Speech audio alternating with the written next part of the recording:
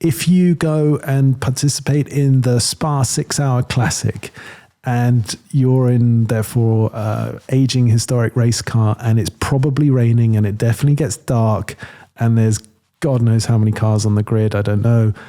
Oh, that is intense. That is tough racing environment at times. That's real. If you're on the wheel of a GT40 and it's pouring with rain and you've got Andy Priaulx in front of you and I don't know, Alex Brundle behind you or whatever, and you're 3 abreast into the braking point at Lecumbe and you've got to find your braking point, you can't see anything, you've got to execute your perfect heel and toe, you've got to not touch the other guy, you can't understeer into each other.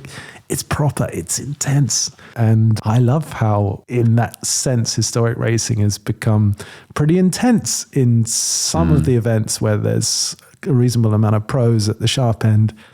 It's good.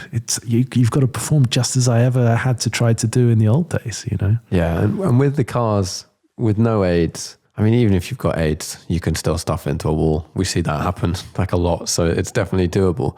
But it does ramp up the consequence side of it.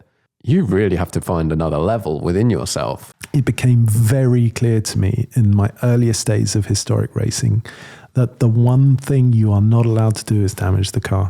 Nothing is more important than looking after the car. So your own lap times, performance, ego, reputation, whatever, the cup, the trophy, the title, the win, whatever, none of it is as important as the car.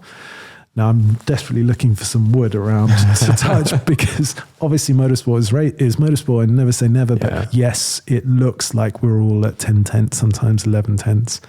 But the reality is it's actually 8 or 9 because you need that bit of margin there.